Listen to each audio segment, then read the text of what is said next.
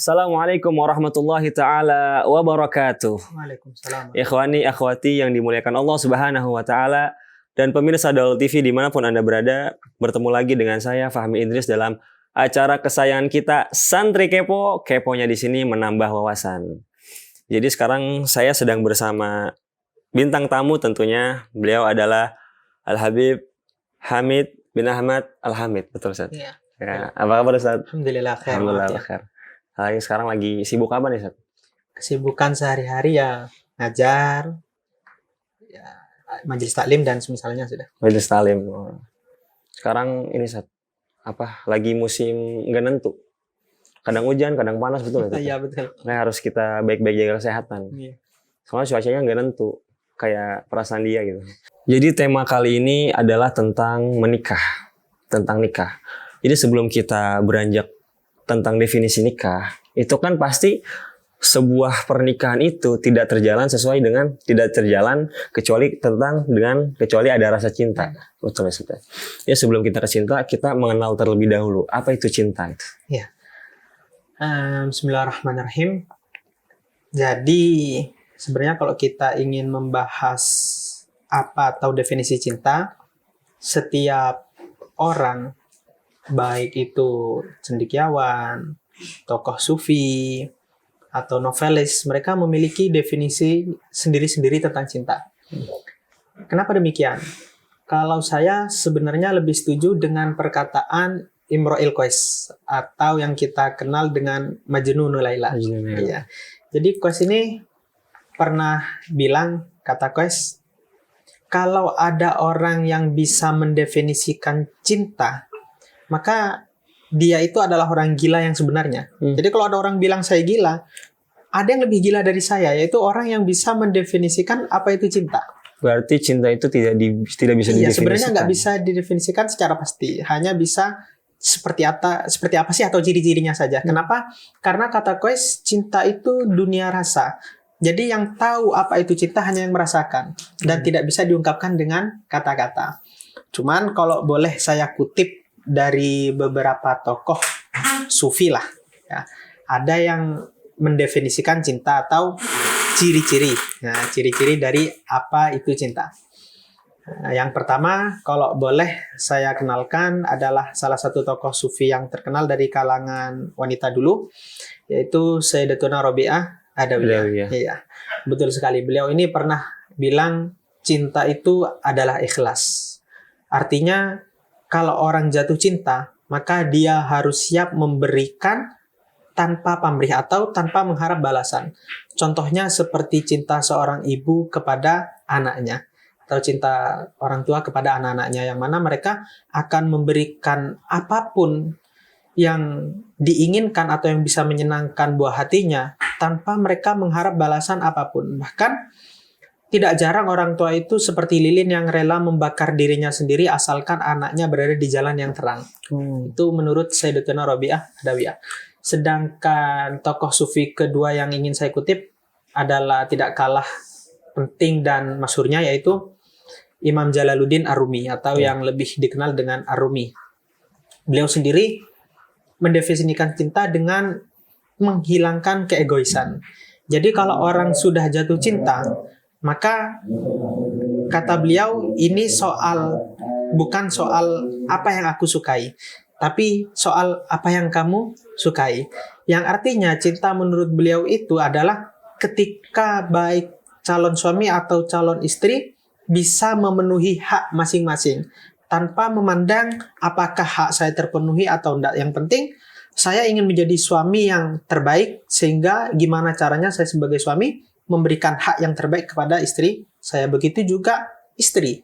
Sebagai seorang wanita, bagaimana caranya saya bisa memberikan hak yang terbaik sebagai istri untuk suami saya. Jadi, itu sedikit definisi atau apa itu cinta menurut tokoh sufi. Walaupun tadi saya bilang saya sendiri lebih cocok ke apa yang dikatakan oleh Imro'il Qais. Dan sebagai penutup mungkin tentang definisi cinta, maksudnya, kalau boleh saya katakan rangkuman dari apa cinta itu dari beberapa buku literatur yang pernah saya baca maupun saya dengar, Intinya cinta itu al-hubbu ma la yuqasu bil lisan wa la yudraku bil jinan wa la yudraku bil ain bal yudraku bil jinan. Jadi cinta itu ma la yuqasu bil lisan, tidak bisa memang kita ungkapkan dengan kata-kata. Karena seperti kata Koes tadi, ini dunia rasa, soal rasa. Karena rasa terlalu miskin untuk mewakili rasa. Iya betul sekali, karena kata-kata terlalu miskin untuk mewakili sebuah perasaan. Juga la yudraku bil ain, tidak bisa kita lihat atau dipanca indera. Bal yudraku bil jinan, hanya bisa dirasakan oleh hati. Dan yang terakhir, fa innal hubba laisa huwiyan yahwika walakinnahu yuhabbibuka alla yukhallifa. Jadi fa innal hubba, cinta itu laisa huwiyan yahwika, bukan hawa nafsu yang nantinya akan menjerumuskan seseorang melakukan maksiat. Walakinnahu, tapi kalau cinta itu benar, memang datang dari hati dan itu cinta yang murni, itu justru yuhabbibuka alla yukhallifa, justru menjadikanmu suka tapi tidak melanggar syariat Allah. Karena cinta yang mengajak seseorang kepada maksiat itu cinta palsu. Itu bukan cinta melainkan hawa nafsu. Tentunya mereka ini bertiga seperti Imrul Qais, terus siapa? Imam Jalaluddin Rumi dan Rabi'atul Adawiyah. Ini seorang sufi yang cintanya itu bukan kepada seseorang, Seth. Tapi kepada zat yang maha dicinta gitu. Iya, betul sekali. Nah, ini kan ngomong-ngomong tentang perasaan ya, Seth ya. Ya mungkin wajar lah saat anak muda gitu. Kadang sering nih dia ini cinta gitu sama seseorang, tapi bingung antara mau mengungkapkan atau memendam rasanya itu. Nah, solusi yang terbaik apa sih, Ustaz? Soalnya dua-duanya ini punya resiko besar. Ketika dipendam ya bakal sakit hati, diungkapin juga takut ditolak gitu. Nah, jadi solusinya gimana nih, Ustaz? Iya, benar sekali. Jadi memang sering ya pertanyaan tentang apa sih yang harus kita lakukan atau bagaimana menyikapi perasaan cinta ketika sudah terlanjur timbul dan ingin berlabuh ke hati seseorang. Ya. Lebih baik perasaan itu gimana kita menyikapinya, apa kita ungkapkan saja atau kita pendam. Jadi kalau dalam pandangan syariat Islam, perasaan cinta itu lebih baik dipendam atau diungkapkan, itu kembali kepada individu masing-masing. Jadi tergantung kita. Ada kalanya cinta itu lebih baik dipendam. Kapan? Ketika kita belum siap, belum bisa, belum siap atau memang belum mampu untuk melangsungkan pernikahan. Contohnya seperti kalau kita masih berada di masa-masa belajar, masih SMA atau masih di pesantren, ya kan? Atau orang tua belum mengizinkan karena pendidikan atau alasan lain, yang intinya kita pasti lebih paham tentang apakah kita sudah masuk kategori yang mampu untuk menikah atau tidak. Kalau memang kita belum saatnya, belum mampu, belum waktunya untuk menikah, maka perasaan itu lebih baik dipendam. Dan ketika seseorang memendam perasaan, itu memiliki keutamaan tersendiri. Dalam Islam ada perhatian tersendiri bagi orang atau pemuda yang mau memendam perasaan cinta. Oh, di situ dianjurin, Sat? Atau ada makalah Rasul tentang hal itu ada? Ada. Oh, ada. Nah, salah satunya sebelum ke hadis, keutamaan bagi orang yang memendam perasaan itu disebutkan di dalam Hasyiah Al-Baijuri, di kitab fikih ya. Begitu juga di kitab Kifayatul Akhyar, di Kitabul Janaiz berkaitan dengan perawatan jenazah. Kan ada kewajiban kita untuk memandikan kecuali bagi orang-orang yang mati syahid. Dan ternyata di kitab itu, bukan hanya di 2 kitab ini ya, bahkan di beberapa kitab mutawalat dalam fikih, itu menjelaskan bahwasanya di antara macam-macam syahid, itu ada yang disebut dengan syahid akhirah. Yang artinya nanti di akhirat, di mata Allah dia punya kedudukan mulia yang sama seperti orang mati syahid. Siapakah mereka? Mereka adalah para pemuda atau orang-orang yang meninggal dalam keadaan memendam perasaan cinta mereka karena takut akan Allah SWT. Mereka bingung akan diapakan perasaan ini. Saya ungkapkan, kayak kata antum tadi, bisa jadi ditolak atau akan menjadikan maksiat, sehingga dia takut. Nah, maka dia lebih baik saya pendam dan perasaan itu dia tahan walaupun menyakitkan, sehingga dia meninggal dunia. Maka dikatakan orang yang demikian itu meninggal dalam keadaan syahid asyirah, yang artinya nanti di akhirat dapat kemuliaan. Dari sisi fikih. Sedangkan dari sisi hadis, seperti yang tadi antum minta, apakah ada makalah yang berkaitan dengan itu dari sabda Rasulullah? Ada. Hadis yang sangat masyhur, yaitu berkaitan dengan 7 golongan yang nanti akan dinaungi oleh Allah SWT ketika tidak ada naungan di akhirat. Nah, di antara 7 golongan itu, Rasulullah menyebutkan adalah apabila ada pemuda ya, yang digoda dengan lawan jenisnya yang menggoda tentunya, kemudian dia menahan dirinya dari godaan tersebut dengan mengatakan di dalam hatinya, inni akhafullah, saya takut kepada Allah. Kalau saya melanjutkan, saya menuruti hawa nafsu ini, saya khawatir nanti akan timbul melanggar perintah Allah. Jadi dia memendam perasaan itu karena takut kepada Allah.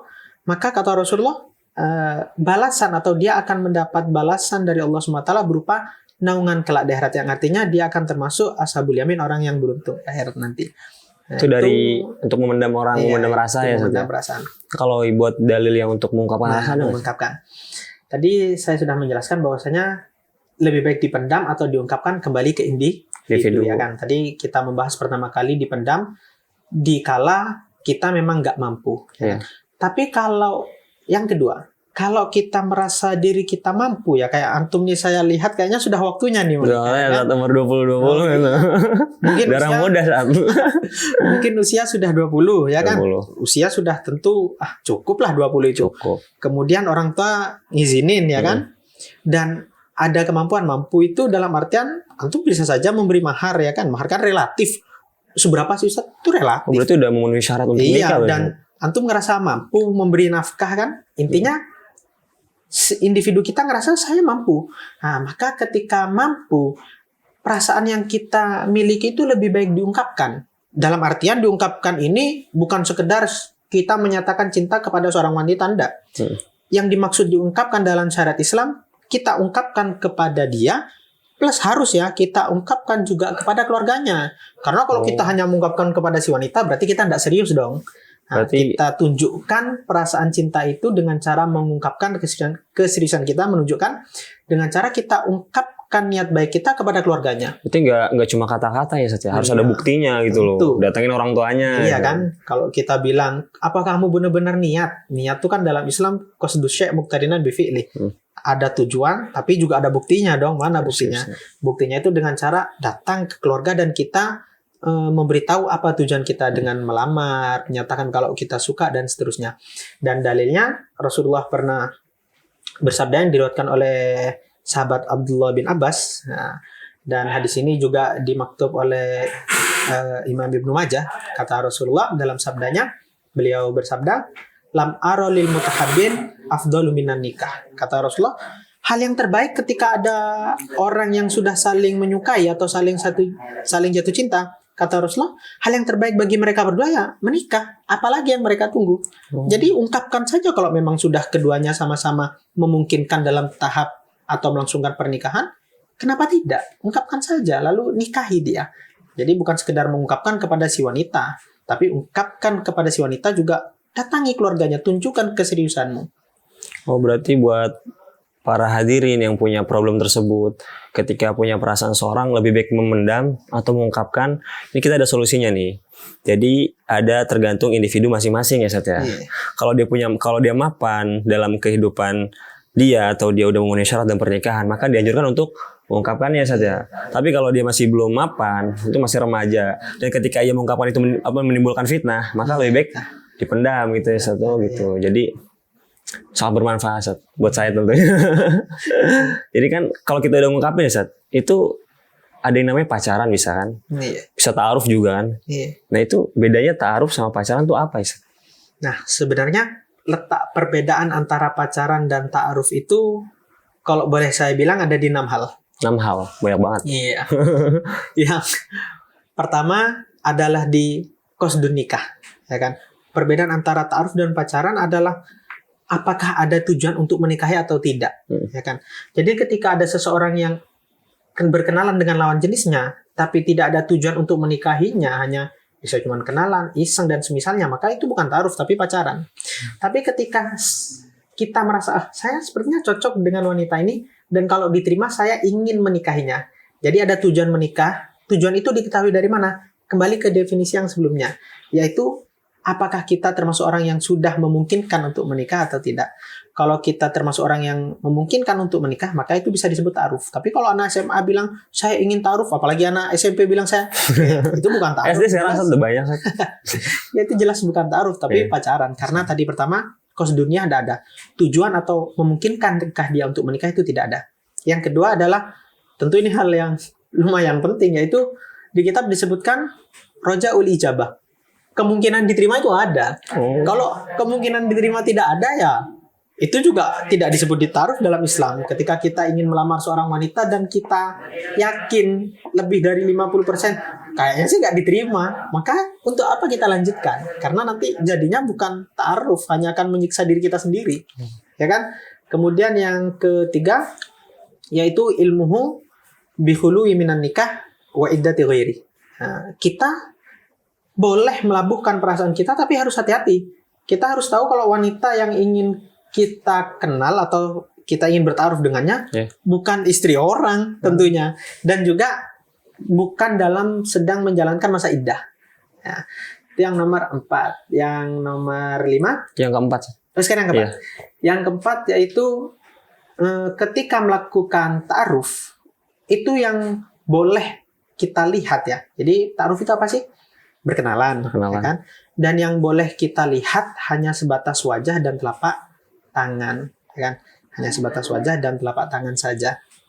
Nah, kemudian yang nomor 5 yaitu tidak ada khulwah. Sudah berduaan. Iya, nggak berduaan dulu.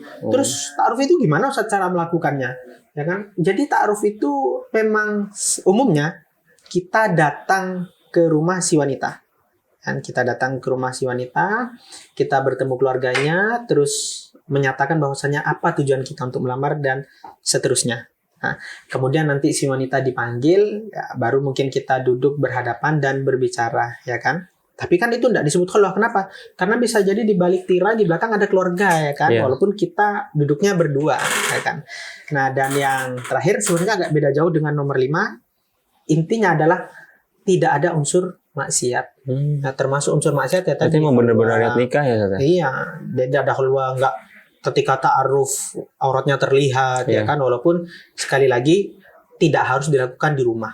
Bisa saja mungkin di rumah keluarganya, nggak di rumah dia, atau mungkin di luar, bahkan di tempat makan, contohnya di kafe pun boleh, asalkan tadi tuh tidak berduaan, tidak khulwah kan. Jadi bisa jadi yang perempuan bersama saudaranya, ayahnya, ya kan, cuman biar lebih memecah suasana lah, biar gak tegang, mungkin tidak di rumah juga dan semisalnya. Intinya nah, tadi itu adalah syarat-syarat perbedaan antara ta'aruf dan pacaran. Yang poin yang paling penting kalau agar mudah diingat kan tadi kayaknya banyak. Iya, banyak banget sampai 6 gitu. Bingung ngapalinnya. Biar mudah, poin yang paling penting pertama adalah tidak ada unsur maksiat.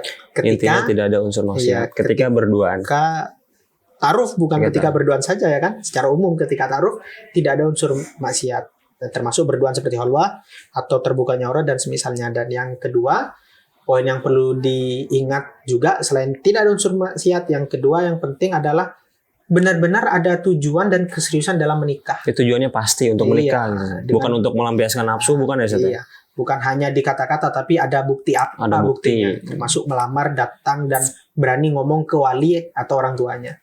Jadi cukup mengingat dua itu saja. Berarti bedanya adalah gimana tujuannya, terus gimana pembuktiannya gitu ya, Ustaz. Oh, jadi itu pemirsa, jadi bedanya ta'aruf sama pacaran. Jadi kan udah pada tahu semua kan yang udah dipaparin sama Ustadz.